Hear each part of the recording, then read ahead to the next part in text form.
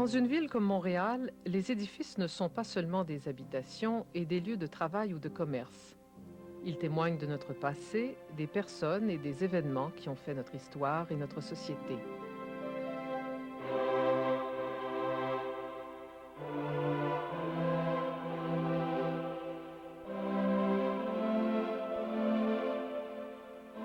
La chapelle de la maison mère actuelle des Sœurs de la Charité de Montréal, située à l'angle de la rue Guy et du boulevard René-Lévesque, nous parle ainsi d'une autre époque, de la deuxième moitié du 19e siècle, du temps où les Sœurs Grises, héritières de l'esprit de Marguerite Diouville, multiplièrent leur nombre et leurs œuvres afin de répondre plus efficacement aux besoins sociaux grandissants.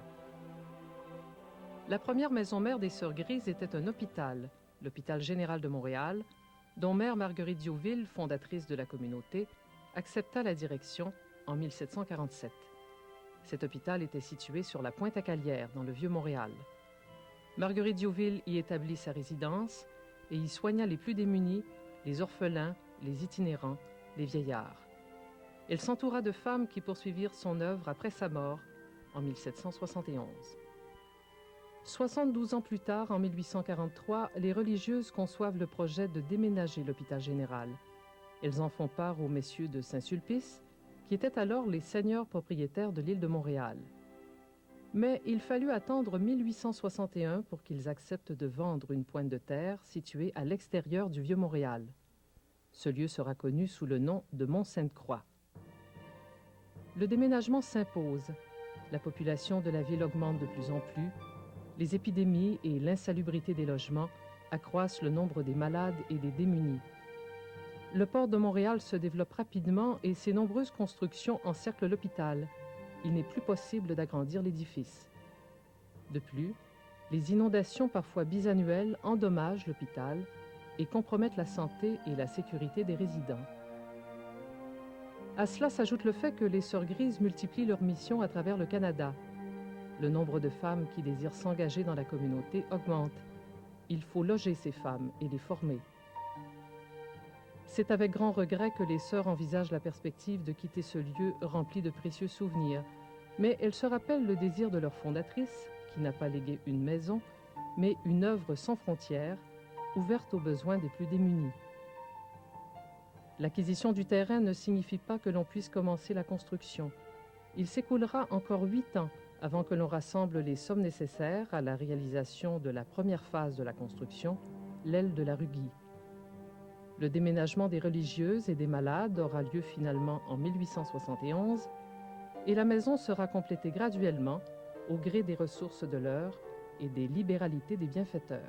L'architecte choisi pour concevoir et surveiller les travaux de construction est Victor Bourgeot.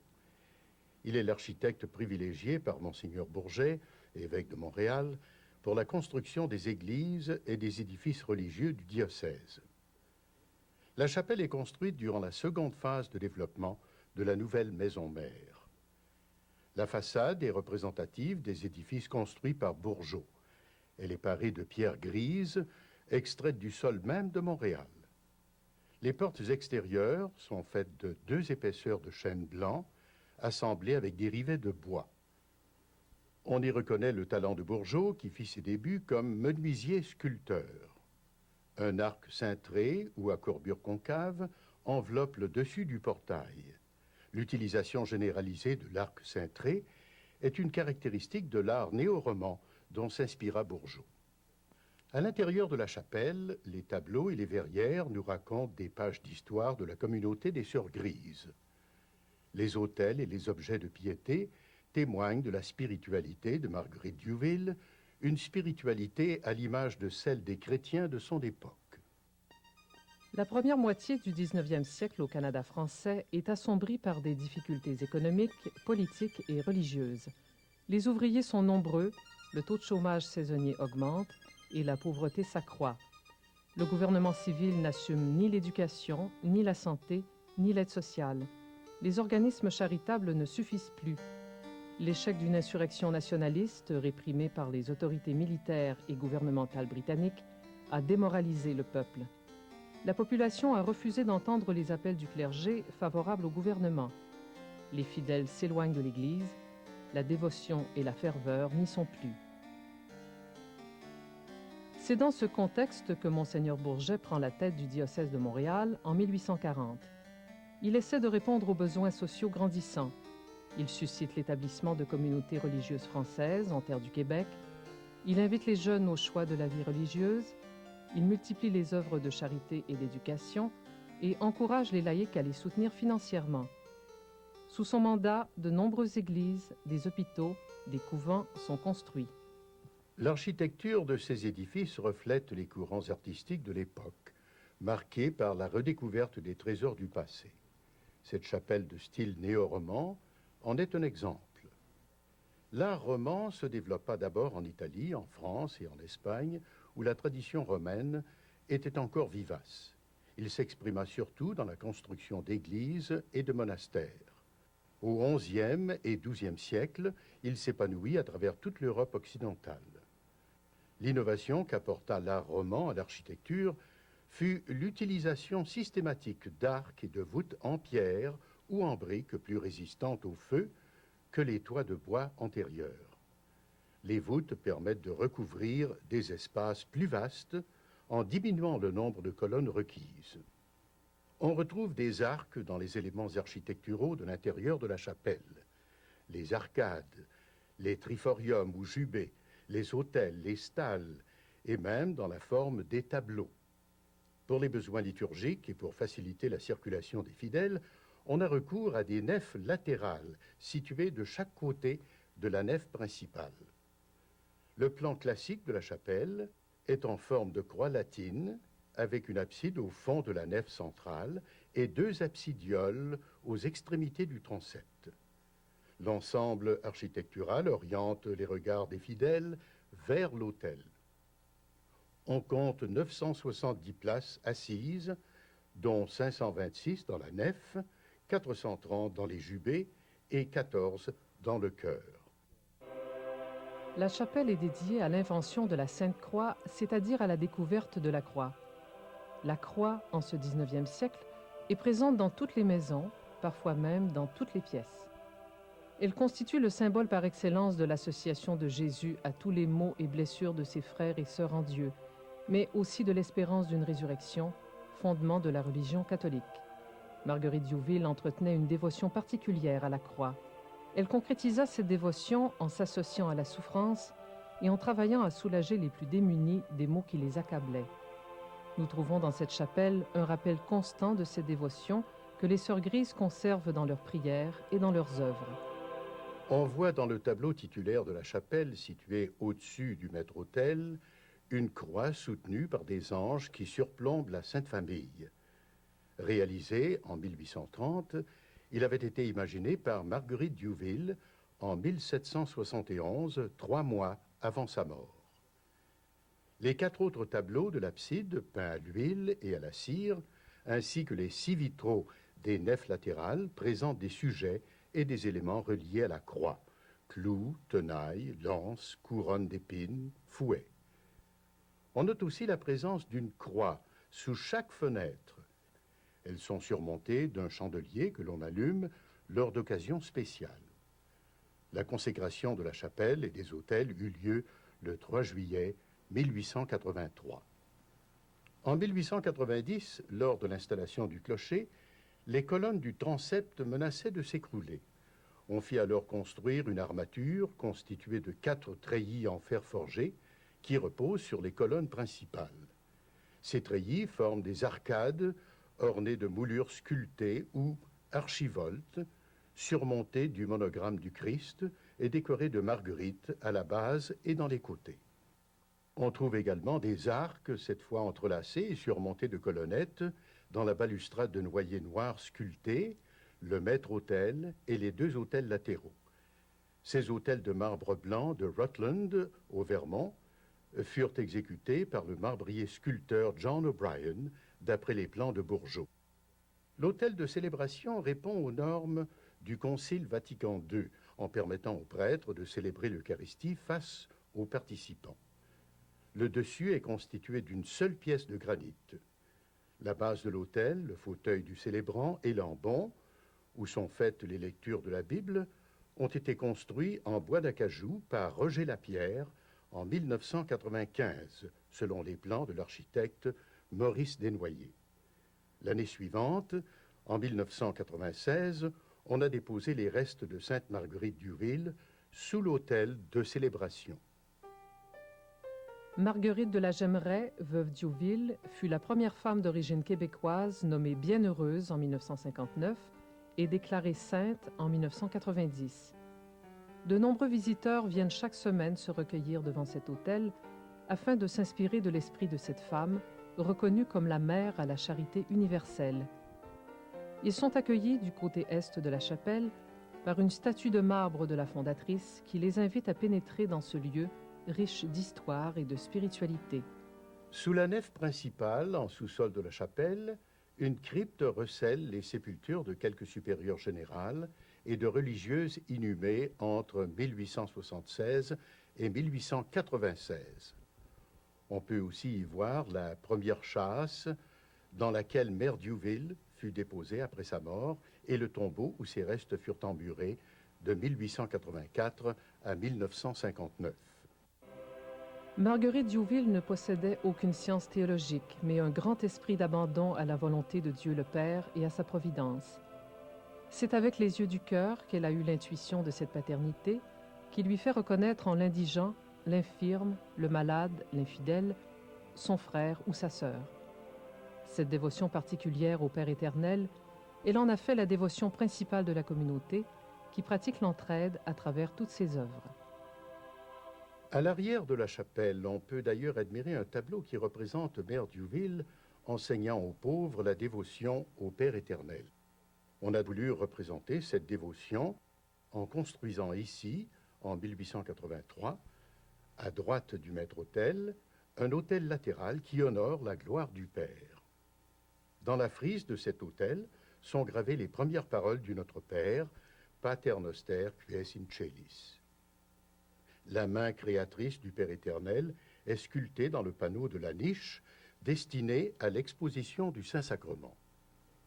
Le mur ou retable sur lequel est appuyé l'autel est orné de statuettes représentant 4 apôtres de la charité, Saint Jérôme Émilien, Sainte Marguerite d'Antioche, patronne de Marguerite Diouville, Sainte Élisabeth de Hongrie et Saint Vincent de Paul.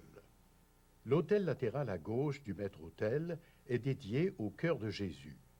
Sur sa base, une arcade centrale encadre la sculpture en relief d'un cœur couronné d'épines, entouré de rayons et surmonté d'une croix. Les statues qui ornent l'autel représentent des saints et saintes reconnus pour leur dévotion au cœur de Jésus.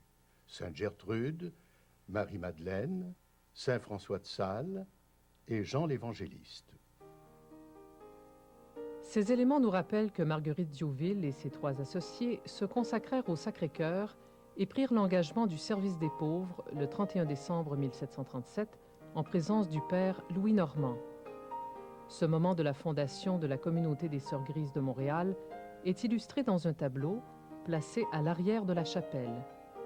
En se consacrant au cœur de Jésus, Marguerite Diouville participait à cette grande dévotion populaire qui se développera surtout durant la seconde moitié du 19e siècle, à tel point que les pères du 5e Concile provincial de Québec en 1873 décidèrent de mettre toute la province ecclésiastique sous la protection spéciale du Sacré-Cœur. L'art roman intégrait la sculpture dans les éléments architecturaux des églises, à la fois comme élément décoratif et comme moyen d'enseigner la Bible et la vie des saints.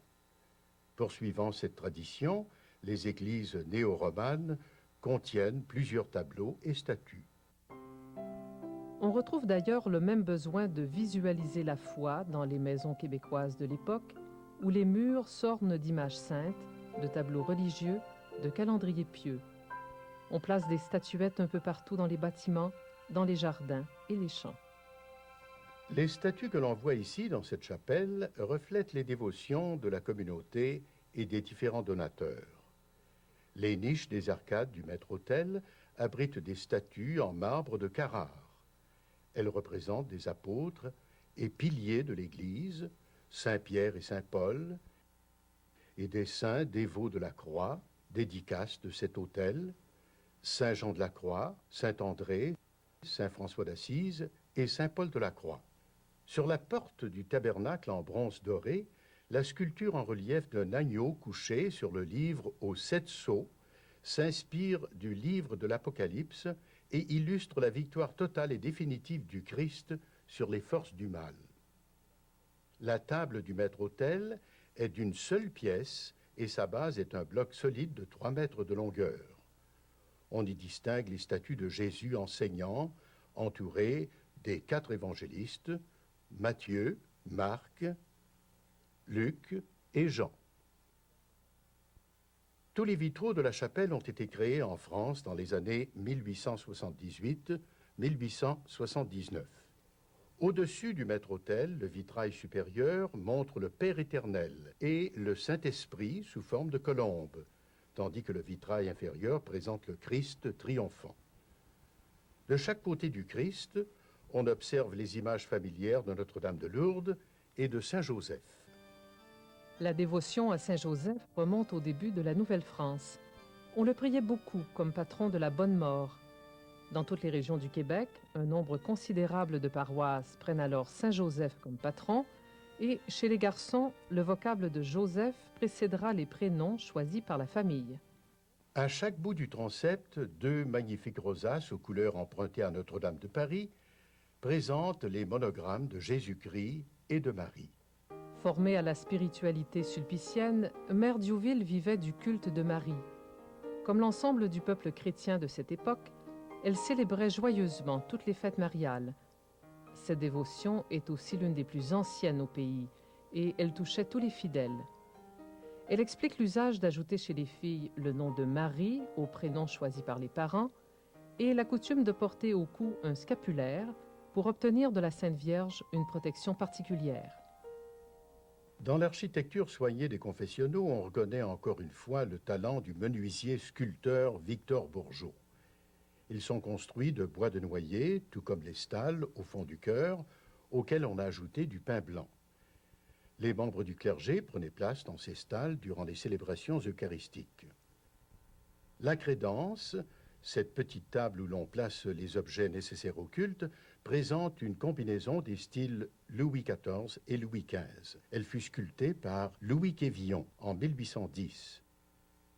Le parquet du sanctuaire est une mosaïque de bois d'érable, de noyer et de merisier assemblée en 1881, tandis que celui de la nef est en chêne blanc. La chapelle est éclairée par 6 hautes fenêtres situées de chaque côté des nefs latérales. Ces fenêtres, ornées d'arabesques, sont enchâssées entre les nervures de la voûte qui couvre la charpente. Alors que les vitraux du chœur représentent les dévotions des sœurs grises, ceux des nefs latérales présentent les symboles de personnes qui ont marqué l'histoire de la communauté. Dans la nef latérale droite, on retrouve le blason du pape Pie IX, qui approuva l'Institut en 1865, celui de Monseigneur Ignace Bourget, 2e évêque de Montréal, et le monogramme des Sulpiciens, protecteurs de la communauté. Les vitraux de la nef latérale gauche présentent le blason du pape Léon XIII, qui approuva les constitutions de l'Institut en 1880. Celui de Monseigneur Signet, premier archevêque de Québec, et le blason de la Congrégation des Sœurs Grises. Ce blason révèle l'esprit de la fondatrice. Le triangle symbolise la Sainte Trinité. La main représente la confiance de Mère Diouville en la divine providence. Par la croix, les Sœurs Grises participent à la pauvreté et aux humiliations de Jésus crucifié. Le cœur de Jésus est leur plus puissant intermédiaire auprès du Père. La couronne d'épines symbolise la difficulté de la mission que le Père confie à l'Institut. Marguerite Diouville a choisi une devise qui évoque la croix du Christ comme promesse du triomphe final de l'amour. « Par ce signe, tu vaincras ». Le monogramme de Marie invite les sœurs à vénérer et à prier leur mère et celle des pauvres. Le monogramme de Joseph rappelle la dévotion de Mère Diouville qui avait confié l'hôpital général à Saint-Joseph. Le lys signifie la pureté qui ouvre le cœur à la charité universelle. Le choix des couleurs du blason met en lumière les règles de vie de celles qui acceptent de suivre les traces de Mère Diouville. Le vert d'eau symbolise la vie active et laborieuse, consacrée à la subsistance des pauvres. Le bleu azur signifie la vie intérieure, base et soutien de la vie active. Enfin, l'or traduit la charité ardente qui doit animer les Sœurs Grises. Sur les murs des nefs latérales, on peut aussi observer les stations du chemin de croix qui datent de 1882. Ces tableaux, peints à l'huile et à la cire, sont des répliques de ceux de l'église de Beauvais en France. Ils furent offerts par Richard de Vins, frère de Madame Anne-Marie de Vins-Tiffin, la plus importante des bienfaitrices et bienfaiteurs qui contribuèrent à la construction et à l'embellissement de cette chapelle. On lui doit le maître-autel et les statues de marbre qui l'ornent, ainsi que celles qui sont nichées dans les autels latéraux. Elle offrit également des vitraux, des toiles et les 2 statues de plâtre que l'on peut observer dans la nef.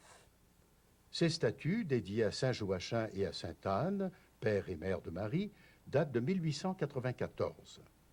Elles furent restaurées par Robin Ashton en 1996. Le plâtre devint à partir de 1820 le matériau le plus utilisé pour la fabrication de statues et d'ornements parce qu'il s'avérait moins coûteux que le marbre ou le bois.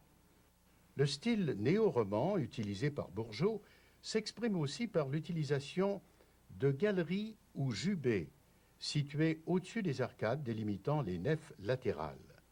Ces jubés marquent le second étage de la chapelle. Ils étaient réservés à l'époque aux malades des infirmeries de la maison mère. Opposé au chœur se trouve l'orgue classique fabriqué par la maison Casavant et Frères de Saint-Hyacinthe en 1892. Sa façade comporte 23 tuyaux de zinc peints au pochoir. Cet orgue fut complètement restauré en même temps que la chapelle au cours des années 1994 à 1996. Ce fut aussi l'occasion de redonner aux bancs et aux planchers leur texture et leur couleur originale. 2 bénitiers exposés dans le vestibule de la chapelle datent de 1840.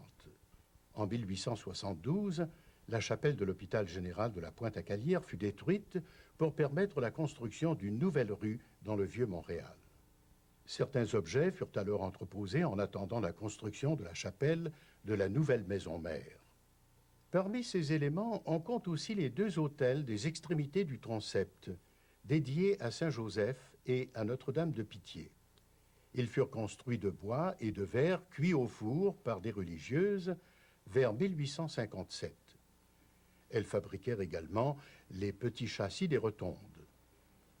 À l'arrière de la chapelle, dans 2 espaces latéraux, on conserve aussi 2 autels construits en 1790, qui démontrent l'adresse et le talent des sculpteurs sur bois de la fin du XVIIIe siècle. L'autel dédié à la Vierge est l'œuvre de Louis Quévillon. L'autre autel, dit du Sacré-Cœur, réalisé par Philippe Liébert, est orné de motifs Louis XV et de têtes d'anges aux angles supérieurs.